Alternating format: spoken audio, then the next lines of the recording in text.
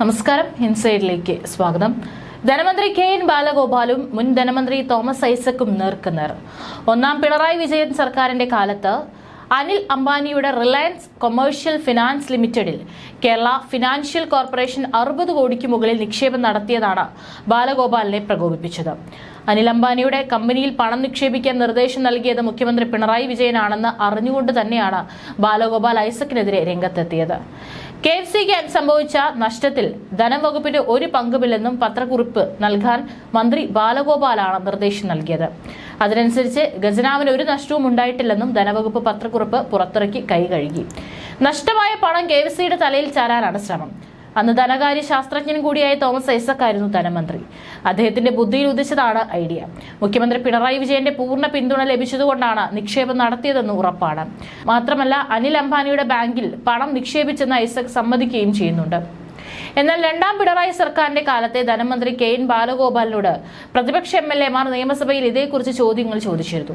അതിലൊന്നും കെ.എൻ. ബാലഗോപാൽ മറുപടി പറഞ്ഞിട്ടില്ല. ചോദ്യങ്ങളിൽ നിന്നെല്ലാം ബോധപൂർവമുള്ള ഒളിച്ചോട്ടമാണ് നടത്തിയതെന്ന് വ്യക്തം. തോമസ് ഐസക്കിന്റെ ധനമന്ത്രി കാലത്താണ് കിഫ്ബിയും ലണ്ടൻ സ്റ്റോക്ക് എക്സ്ചേഞ്ചിൽ കേരളത്തെ വിൽപ്പനയ്ക്ക് വെച്ചതൊക്കെ ഉണ്ടായത്. ഇതെല്ലാം കേരളത്തിന്റെ ഭാവി ബാസുരമാക്കാനാണെന്നായിരുന്നു പറഞ്ഞിരുന്നത്. ഇന്ന് ചെയ്യുന്ന ഇൻവെസ്റ്റ്മെന്റ് നാളത്തെ കേരളത്തിന്റെ ഭാവിയാണെന്ന വാഗ്ദാനം തോമസ് ഐസക് നിയമസഭയിൽ പറഞ്ഞിരുന്നു. ഇത്തരം പരിഷ്കാരങ്ങളാണ് തകർന്ന് തരിപ്പണമായത്. റേറ്റിംഗിന്റെ അടിസ്ഥാനത്തിലാണ് റിലയൻസിൽ പണം നിക്ഷേപിച്ചതെന്നാണ് ഐസക് പറയുന്നത്. ചട്ടങ്ങളെല്ലാം പൂർണ്ണമായും പാലിച്ചിട്ടുണ്ടെന്നും തോമസ് ഐസക് പറയുന്നു. അനിൽ അംബാനിയുടെ റിലയൻസിൽ നിക്ഷേപിച്ച കേരളത്തിന്റെ കോടികൾ നഷ്ടമായി എന്നതാണ് യാഥാർത്ഥ്യം. ഇങ്ങനെ പണം പോയതിന് പിന്നിൽ അഴിമതിയില്ലെന്നും അതൊരു ബിസിനസ് ആയിരുന്നു എന്നാണ് തോമസ് ഐസക് പറയുന്നത്.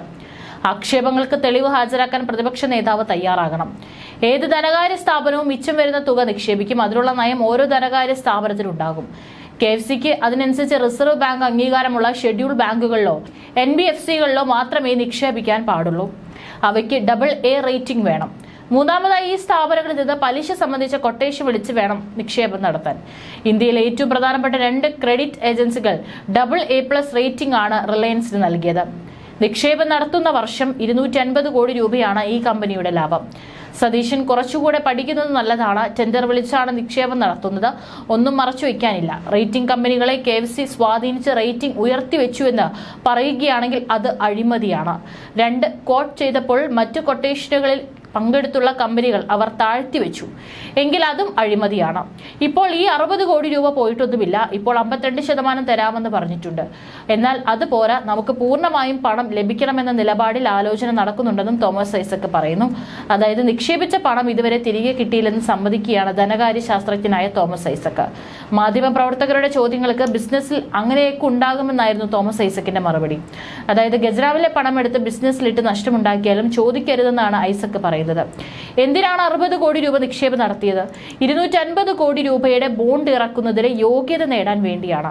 അത് ബിസിനസിന്റെ ഭാഗമാണ്. ഇതുവഴി നിക്ഷേപം കൂടുമ്പോൾ A റേറ്റിംഗിനുള്ള കമ്പനി AA റേറ്റിംഗ് ആയി. നമ്മൾ ബോണ്ട് ഇറക്കി പണം മേടിച്ച് അത് ആളുകൾക്ക് വിതരണം ചെയ്തു. അതിന്റെ ഫലമായി 2000 കോടി ഉണ്ടായിരുന്ന വായ്പ 4000 കോടിയാക്കി. അതിൽ നിന്നുള്ള വരുമാനമില്ലേ എന്നാണ് തോമസ് ഐസക് ചോദിക്കുന്നത്. ഗുരുതര സാമ്പത്തിക പ്രതിസന്ധി നേരിട്ടിരുന്ന അനിൽ അംബാനിയുടെ RCFL എന്ന സ്ഥാപനത്തിൽ KFC 60 കോടി രൂപ നിക്ഷേപിച്ചു എന്നായിരുന്നു VD സതീഷിന്റെ ആരോപണം. ഭരണ നേതൃത്വത്തിന്റെ അറിവോടെ ചില ഉദ്യോഗസ്ഥരാണ് ഇതിന്റെ പിന്നിലെന്നാണ് സതീഷിന്റെ വാദം. 2019 അനിൽ അംബാനിയുടെ കമ്പനി പൂട്ടി. തുടർന്ന് പാപ്പരത്ത നടപടികളുടെ ഭാഗമായി 7 കോടി 9 ലക്ഷം രൂപ മാത്രമാണ് തിരിച്ചു കിട്ടിയത്. പലിശയടക്കം 101 കോടി രൂപ ലഭിക്കേണ്ടിടത്താണ് ഇത്രയും ചെറിയ തുക മാത്രം ലഭിച്ചിരിക്കുന്നതെന്നും സതീശൻ ആരോപിച്ചിരുന്നു.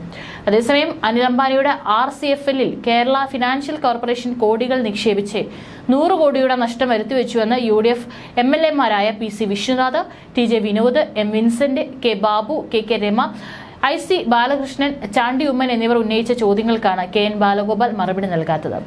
കേരള ഫിനാൻഷ്യൽ കോർപ്പറേഷന്റെ പ്രവർത്തനങ്ങൾ വിലയിരുത്തിയിട്ടുണ്ടോ?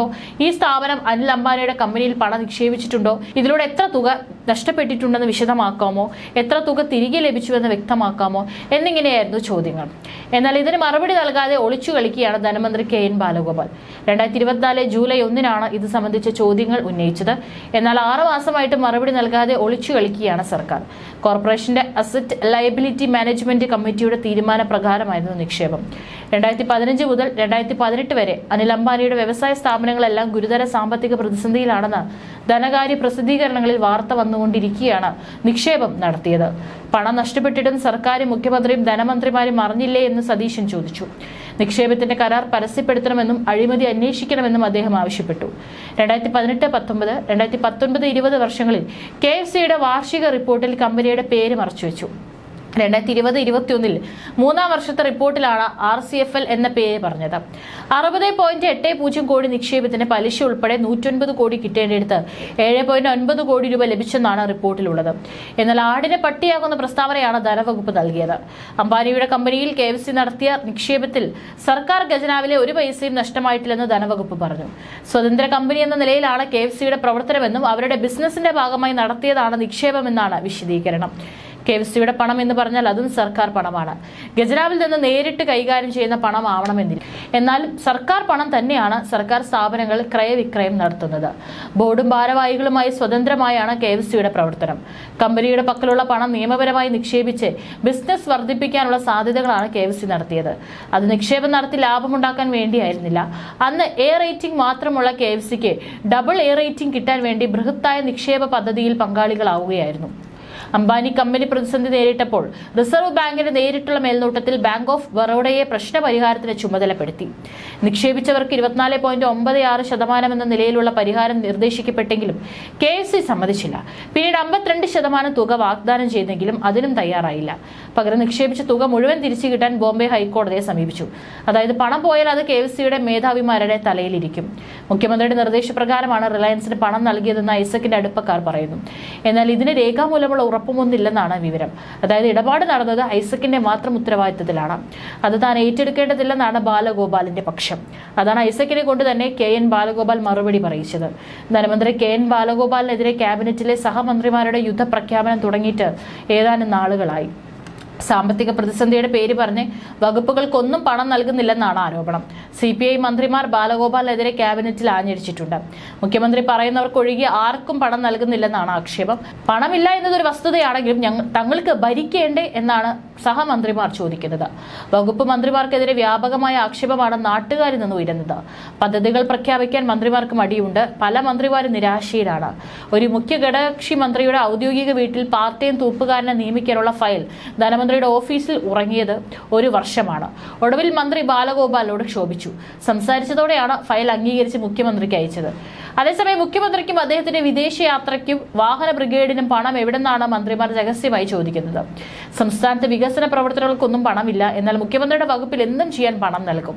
മുഖ്യമന്ത്രിയുടെ സെക്രട്ടറി ചോദിച്ചാൽ പോലും കിട്ടുന്ന സാമ്പത്തിക സഹായം മന്ത്രിമാർ ചോദിച്ചാൽ കിട്ടില്ല എന്നതാണ് അവസ്ഥ. തങ്ങൾക്ക് കീഴിലെ വകുപ്പുകളിലുള്ള ജീവനക്കാരുടെ ശമ്പള പരിഷ്കരണം പോലും ധനമന്ത്രി അംഗീകരിക്കുന്നില്ല. വകുപ്പുകളിലെ ജീവനക്കാർ സമരത്തിനൊരുങ്ങുന്നു. വാട്ടർ അതോറിറ്റിയിലെയും മറ്റു ജീവനക്കാർ ഇതിന്റെ പേരിൽ സമരത്തിന് ഇറങ്ങേണ്ടി വന്നു. KSRTC പ്രതിസന്ധിയിലായപ്പോൾ ധനമന്ത്രി മുഖം തിരിച്ചു. ഇതിന്റെ പേരിൽ മുൻ മന്ത്രി ആന്റണി രാജു വൻ വിമർശനങ്ങൾക്ക് വിധേയനായി. ജോലി ചെയ്യുന്ന ജീവനക്കാർക്ക് ശമ്പളം നൽകാൻ കഴിയാത്തത് ഗതാഗത മന്ത്രിയുടെ കുഴപ്പമായി വ്യാഖ്യാനിക്കപ്പെടുന്നു. ബാലഗോപാൽ ഇത്തരം നീക്കങ്ങൾക്ക് മുഖ്യമന്ത്രിയുടെ പിന്തുണയുണ്ടോ എന്ന് CPI മന്ത്രിമാർ മന്ത്രിസഭാ യോഗത്തിൽ ഉന്നയിച്ചു.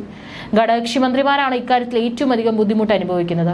അവരുടെ വാക്കുകൾക്ക് CPM ഒരു പ്രാധാന്യവും ലഭിക്കുന്നില്ല. CPM മന്ത്രിമാരാകട്ടെ മുഖ്യമന്ത്രിയെ പോക്കറ്റിലാക്കി അവർക്ക് ആവശ്യമുള്ള ചിലതെല്ലാം നേടിക്കൊണ്ടുപോകും. കേരളം നേരിടുന്ന സാമ്പത്തിക പ്രതിസന്ധിയുടെ യഥാർത്ഥ ചിത്രം മന്ത്രിസഭാ യോഗത്തിൽ ധനമന്ത്രി KN ബാലഗോപാൽ ഉന്നയിച്ചു. സാമ്പത്തിക പ്രതിസന്ധി തന്റെ വീഴ്ചയില്ലെന്ന് വരുത്തി തീർക്കാനാണ് ബാലഗോപാൽ ശ്രമിച്ചത്. എന്നാൽ ബാലഗോപാലിന്റെ വിശദീകരണം മന്ത്രിമാർ അംഗീകരിച്ചില്ല. സാമ്പത്തിക പ്രതിസന്ധി കേരളം ഉണ്ടായ കാലം മുതൽ തുടങ്ങിയതാണെന്ന് പറഞ്ഞ് മന്ത്രിമാർ ചിരിച്ചുവെന്നാണ് വിവരം. എന്നാൽ മുഖ്യമന്ത്രി ബാലഗോപാലിനോടൊപ്പമാണുള്ളത്. മുഖ്യമന്ത്രിയെ സംബന്ധിച്ചിടത്തോളം ബാലഗോപാൽ ഒരു റിലീഫാണ്. തോമസ് ഐസക് മുഖ്യമന്ത്രിയെ അനുസരിച്ചിരുന്നില്ല. ഭരണത്തിലെ സീനിയോറിറ്റി ആയിരുന്നു കാരണം. എന്നാൽ ബാലഗോപാൽ പുതുമുഖമാണ്. അദ്ദേഹം മുഖ്യമന്ത്രി പറയുന്നത് മാത്രമാണ് അനുസരിക്കുക. തോമസ് ഐസക് ഇതെല്ലാം കണ്ട് ചിരിക്കുകയാണ്. ബാലഗോപാലെ ധനകാര്യമന്ത്രിയാക്കിയത് തന്നെ ഇങ്ങനെ നിശബ്ദനാവാൻ വേണ്ടിയാണ്. ഐസക് ഒരിക്കലും പിണറായിയുടെ വാക്കുകൾ പൂർണ്ണമായി അനുസരിക്കുന്ന ഒരാളായിരുന്നില്ല. ഐസക്കിന് എല്ലാ കാര്യത്തിലും അദ്ദേഹത്തിൻ്റെതായ അഭിപ്രായമുണ്ടായിരുന്നു. ബാലഗോപാലും സ്വന്തമായ അഭിപ്രായമായിരുന്നെങ്കിലും അദ്ദേഹം പിണറായിക്ക് മുന്നിൽ അനുസരണക്കേട് കാണിക്കാറില്ല.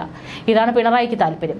ധനമന്ത്രി ബാലഗോപാൽ ദീർഘകാലം രാജ്യസഭയിൽ MP ആയിരുന്നെങ്കിലും അദ്ദേഹത്തിന് ഡൽഹിയിൽ മികച്ച ബന്ധങ്ങൾ കുറവാണ്. ചെറിയ കുട്ടികളുടെ അവസ്ഥയാണ് ബാലഗോപാലിനുള്ളത്. എന്തിനു വേദിനെ അദ്ദേഹം സമീപിക്കുന്നത് പിണറായി വിജയനെയാണ്. കേന്ദ്ര ധനമന്ത്രി നിർമ്മലാ സീതാരാമനെ കാണാൻ പോലും ബാലഗോപാൽ തയ്യാറല്ല.